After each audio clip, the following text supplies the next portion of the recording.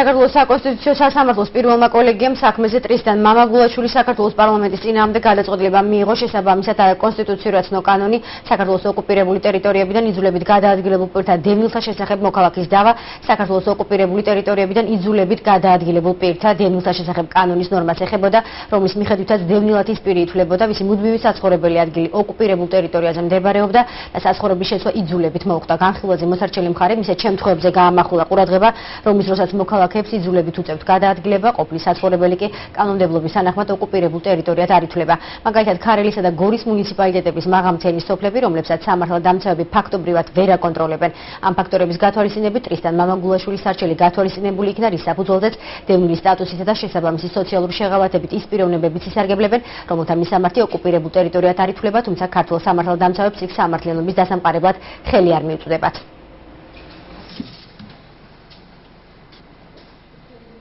მოსარჩელე ვერ ახერხებს საკუთარ სახლში დაბრუნებას, მის სიცოცხლეს და ჯანმრთელობას საფრთხე ექმნება, ამიტომ სასამართლომ მიიჩნია, რომ მოსარჩელის მდგომარეობაში მყოფი პირები და ის პირები, რომლებიც კანონმდებლობით განსაზღვრული წესით ოკუპირებული ტერიტორიიდან არიან გადაადგილებული, არიან თანაბარ პირობებში